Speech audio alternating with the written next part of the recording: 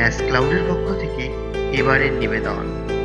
Ruskin বন্ডের লেখা খুবই খ্যাতনামা গল্প দিউলির রাতের ট্রেন। গল্পের নায়ক গরমের ছুটিতে ধীরাজ তার ঠাকুমা বাড়িতে ঘুরতে যায়। সেখানে দিউলি স্টেশনে একটি ছুরি বিক্রি করা মেয়ের সাথে তার দেখা হয়। প্রথম দেখাতেই একে অপরের হৃদয়ে পৌঁছে গেল। গরিব মেয়েটি মর্যাদা সম্পন্ন সুন্দর হাসি দেখে ছেলেটি মুগ্ধ হয়ে গেল। সেই মেয়েটি নিস্তব্ধে ছেলেটির হৃদয়টিকে চুরি করে নিয়েছিল। ঘটনাটি ছিল ঠিক এরকম। যখন আমি কলেজে পড়তাম, আমি আমার গরমের ছুটিটা আমার ধীরার ঠাকুমার বাড়িতে কাটাতাম। আমি মে মাসে তাড়াতাড়ি সমতল ভূমি ছাড়তাম এবং জুলাই মাসে আমি দেরিতে ফিরে আসতাম।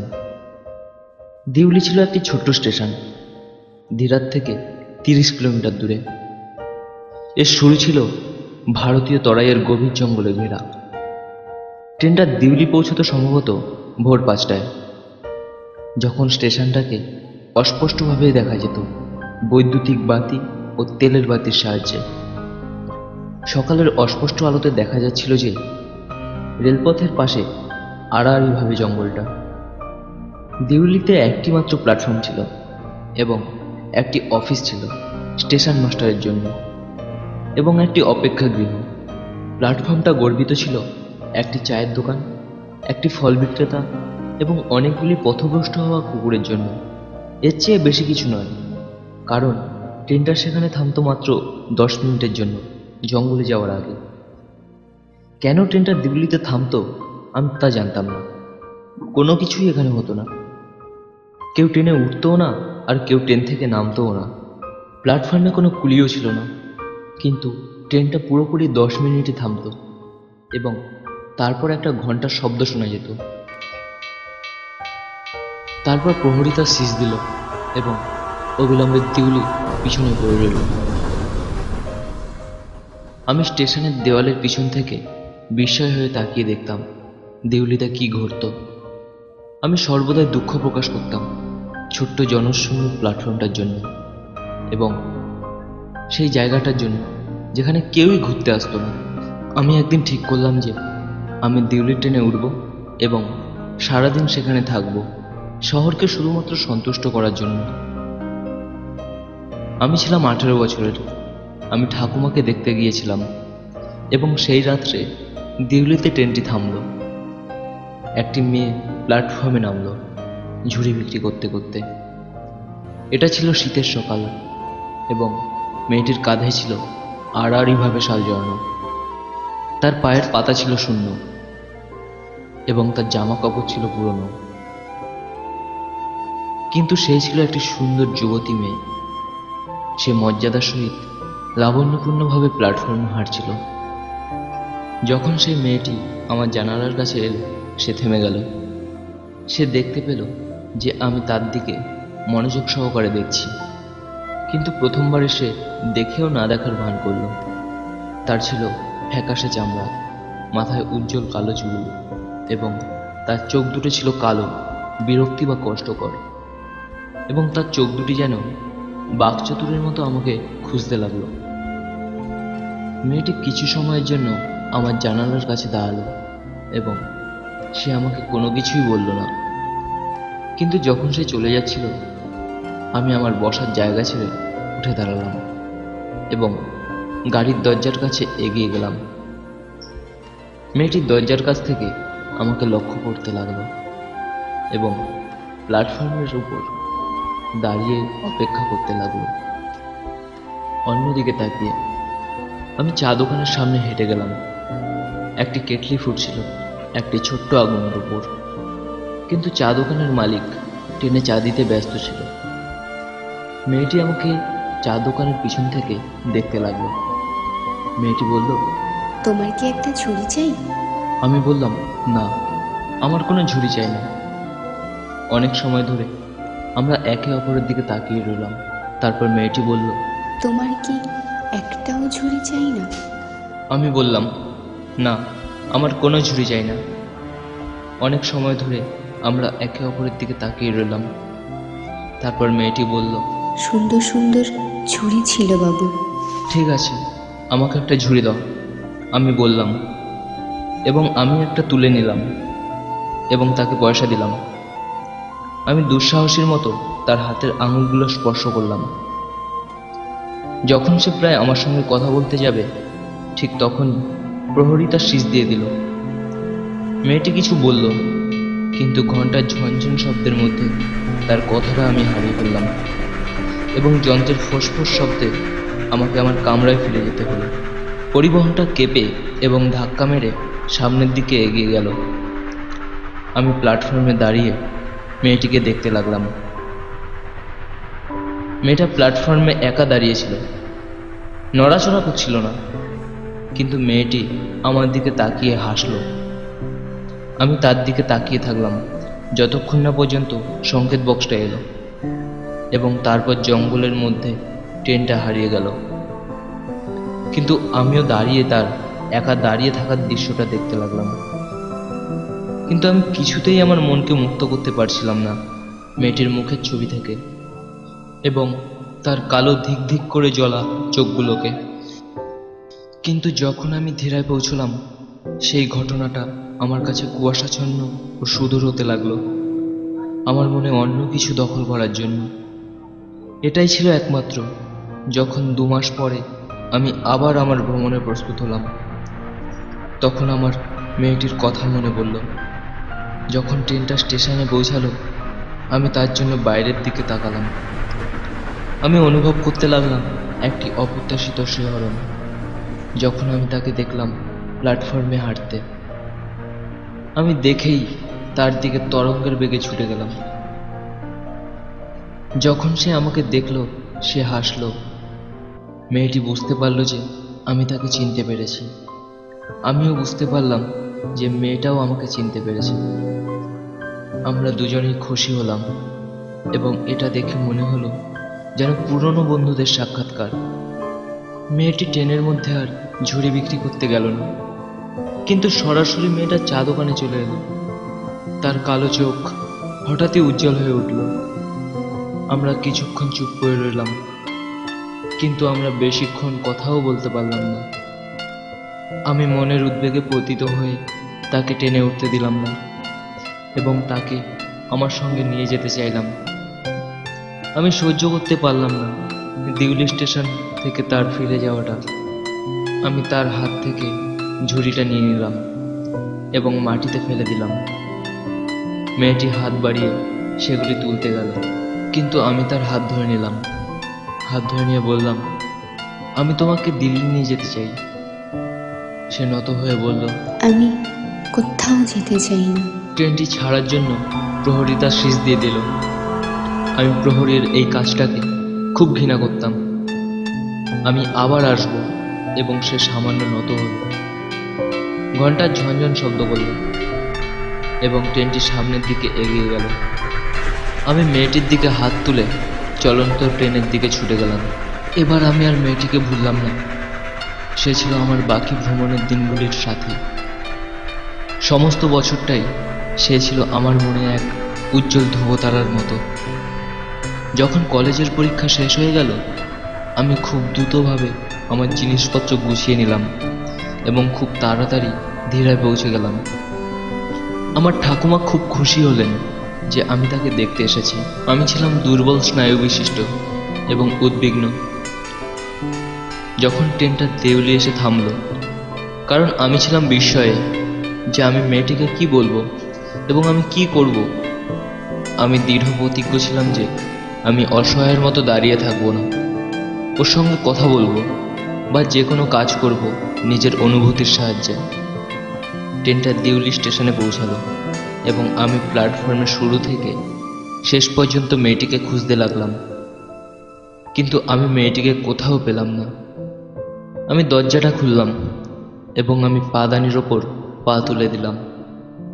আমি ছিলাম গভীর হতাশাজনক। আমি বুঝতে পারলাম যে আমাকে কিছু করতে হবে, তাই আমি দৌড়ে স্টেশন মাস্টারের কাছে গেলাম এবং আমি বললাম, আপনি কি একটি মেয়েকে চেনেন যে এখানে ঝুড়ি বিক্রি করত? স্টেশন মাস্টার বলল, না, আমি জানি না। যদি তুমি তাকে খুঁজে পেতে চাও, তাহলে তুমি ট্রেনের ভিতরে গিয়ে খোঁজ করো। কিন্তু প্ল্যাটফর্মময় ছুটোছুটি করতে লাগলাম। আমি এক দৃষ্টিতে স্টেশনের রেল লাইনের দিকে তাকিয়ে রইলাম। আমি একটা আম গাছ দেখতে পেলাম এবং একটি নোংরা রাস্তা যেটা জঙ্গলের দিকে চলে গেছে। এই রাস্তাটা কোথায় গেছে? ট্রেনটা স্টেশন থেকে যাত্রা শুরু করলো। তারপর আমি প্ল্যাটফর্ম থেকে ছুটে গেলাম এবং লাফিয়ে আমি আমার কামরার দরজার কাছে এসে দাঁড়ালাম। তারপর ট্রেনটা গতিবেগ বাড়িয়ে জঙ্গলের দিকে চলে গেল। আমি জানলার কাছে বসে গভীরভাবে চিন্তা করতে লাগলাম, আমি মেয়েটিকে খুঁজে বার করার জন্য কি করতে পারি। মেয়েটিকে মাত্র দুবার দেখেছি, যে আমার সঙ্গে খুব কম কথা বলেছে এবং আমি তার সম্পর্কে কিছুই জানি না, সত্যিই কিছু জানি না। কিন্তু যার জন্য আমি কোমলতা অনুভব করেছি এবং তার উপর আমার দায়িত্ব হলো যে আমি পিছিয়ে পড়ব না। আমার ঠাকুমা খুশি হতেন না আমার আশাতে, কারণ আমি ঠাকুমার বাড়িতে এক সপ্তাহের বেশি থাকতাম না। আমি এখানে একটা অস্থিরতা বোধ করতাম, তাই আমি ট্রেন ধরলাম সমতল ভূমিতে ফিরে যাওয়ার জন্য, যাতে তাড়াতাড়ি ফিরে এসে দেউলি স্টেশন মাস্টারকে জিজ্ঞেস করতে পারি সেই মেয়েটির কথা। কিন্তু দেউলিতে এখন নতুন স্টেশন মাস্টার এসেছেন। আগের জন অন্য জায়গায় পরিবর্তন হয়ে গেছেন গত সপ্তাহে। নতুনজন কিছুই জানতো না সেই ঝুড়ি বিক্রি করা মেয়েটার সম্পর্কে। আমি চা দোকানের মালিককে খুঁজে পেলাম, একজন ছোট কোচকানো মানুষ, নোংরা জামা কাপড় পরা, এবং আমি তাকে জিজ্ঞেস করলাম যদি সে ঝুড়িওয়ালা মেয়েটির সম্পর্কে কিছু জানে।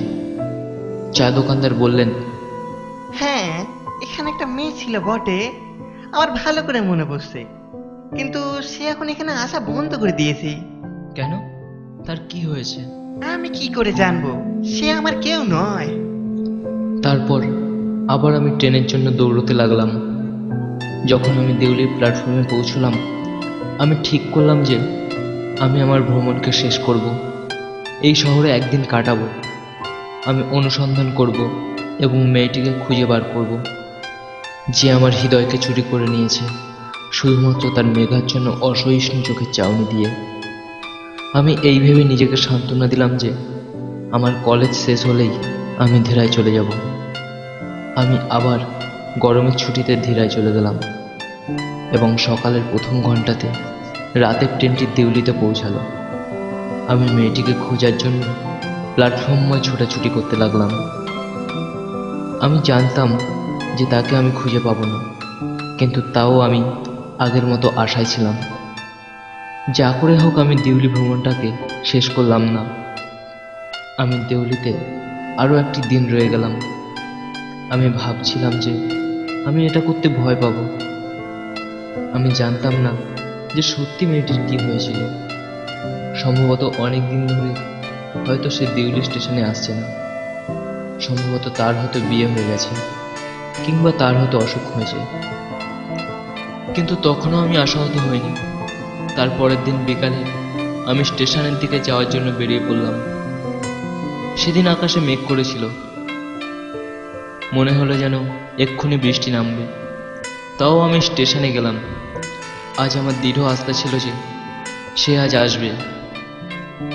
আজ আমি আরও ঠিক করেছিলাম যে আমি আমার মনের কথা তাকে বলবো। প্রায় অনেকক্ষণ আমি অপেক্ষা করতে লাগলাম। অপেক্ষা করতে করতে প্রায় বিকেল হয়ে গেল। বৃষ্টিও আরম্ভ হয়ে গেল। এদিকে ট্রেনও আসছে। আমি অবশেষে হতাশাজনক হয়ে বাড়ি ফিরে যাওয়ার জন্য প্রস্তুত হয়ে গেলাম। ঠিক ট্রেনটা জঙ্গলের ভিতর থেকে শীষ দিতে দিতে বেরিয়ে এলো। আমি থমকে গিয়ে পিছনে ফেললাম। ট্রেনটা আসছে। আমার মন খুবই উত্তেজিত হয়ে উঠল। বৃষ্টি তখনও পড়ছিল। যথারীতি ট্রেনটা স্টেশনে এসে থামল। আমি শুধু অপেক্ষায় ছিলাম কখন সেই মেয়েটি ট্রেন থেকে নামবে ঝুড়ি বিক্রি করতে। আমি দেখলাম মেয়েটি বৃষ্টিতে ভিজে ভিজে ঝুড়ি বিক্রি করছে। আমি ছাতা নিয়ে মেয়েটির কাছে এগিয়ে গেলাম। মেয়েটিকে আমি বললাম, তুমি বৃষ্টিতে ভিজছো কেন? আমার ছাতার নিচে এসো। মেয়েটি আমার কথাকে এড়িয়ে চলে যেতে লাগলো। আমি তার হাত ধরে টেনে আমার ছাতার মধ্যে নিয়ে এলাম। টেনে নিয়ে বললাম, প্রথম দেখাতেই আমি তোমার মর্যাদা সম্পূর্ণ হাসি দেখে মুগ্ধ হয়ে গেছি। তুমি আমার হৃদয়কে চুরি করে নিয়েছো শুধুমাত্র তোমার মেঘাচ্ছন্ন অসহিষ্ণু চোখে চাউনি দিয়ে। আর সেদিন থেকে আমি তোমায় ভুলতে পারিনি। প্রতিটা মুহূর্ত আমি তোমার কথা ভেবেছি, শুধু তোমাকেই চেয়েছি। আমি তোমাকে ভালোবাসি। আমার কথা শুনে মেয়েটি হালকাভাবে একটু হাসলো। এরপর মেয়েটি আমার চোখে চোখ রেখে পিছু পা হাঁটতে লাগলো। আমিও তার চোখে চোখ রাখলাম। হঠাৎ আমি দেখতে পেলাম মেয়েটির পিছন থেকে বৃষ্টির বুক চিরে ট্রেনটি এগিয়ে আসছে। ট্রেনটি যতই তার গতিবেগ নিয়ে এগিয়ে আসছে, মেয়েটি ততই পিছু পা হাঁটতে হাঁটতে আমার থেকে দূরে সরে যেতে লাগলো। তারপর আমি মেয়েটিকে বললাম, দাঁড়াও দাঁড়াও, আর পিছিও না, পিছনে দেখো, ট্রেন আসছে, ট্রেন। কিন্তু মেয়েটি আমার কথা বৃষ্টি পড়ার শব্দে কিছুই শুনতে পেল না। তারপর আমার চোখের সামনে সবকিছু শেষ হয়ে গেল। ভেঙে গেল আমার হৃদয়ের আয়না, যে আয়নায় ছিল শুধু তারই প্রতিচ্ছবি। সবকিছু ভেঙে চুরমার হয়ে গেল। আমি বাকরুদ্ধ হয়ে স্টেশনের উপরই বসে পড়লাম। শেষ পর্যন্ত আমার প্রিয়াকে আমার অশ্রুজলেই বিদায় জানাতে হলো। সেই দিনগুলোকে আমি কোনোদিনও ভুলতে পারিনি, আর কোনোদিনও ভুলতে পারবো না। আমি আজও দিউলি স্টেশনকে মিস করি, আর মিস করি আমার হৃদয়কে নিস্তব্ধে চুরি করে নিয়ে যাওয়া সেই মেয়েটিকে। এইভাবে শেষ হয়ে গেল ছেলেটির স্বপ্ন। ভালোবাসা চিরকাল সফল হয় না, কোনো কোনো সময় মৃত্যুর কারণও হয়ে দাঁড়াতে পারে। ধন্যবাদ আমাদের এই প্রচেষ্টায় আমাদের সঙ্গ দেওয়ার জন্য। গল্পের কিছু অংশ বিনোদনের জন্য পাল্টানো হয়েছে। গল্পের প্রধান চরিত্রে শুভ ও চন্দনা, স্টেশন মাস্টার ও আধুনিকরণে নিপেন, সূত্রধার চা দোকানদার, সাউন্ড ইফেক্টস ও এডিটিংয়ে নীলাঞ্জন। আমরা ন্যাস ক্লাউড। আপনি আমাদের ফেসবুক পেজেও লাইক করতে পারেন। আমাদের ফেসবুক পেজ হলো facebook.com/nascloudofficial। এছাড়াও আপনি আমাদের ব্লগ ভিজিট করতে পারেন nascloudofficial.blogspot.in। ধন্যবাদ।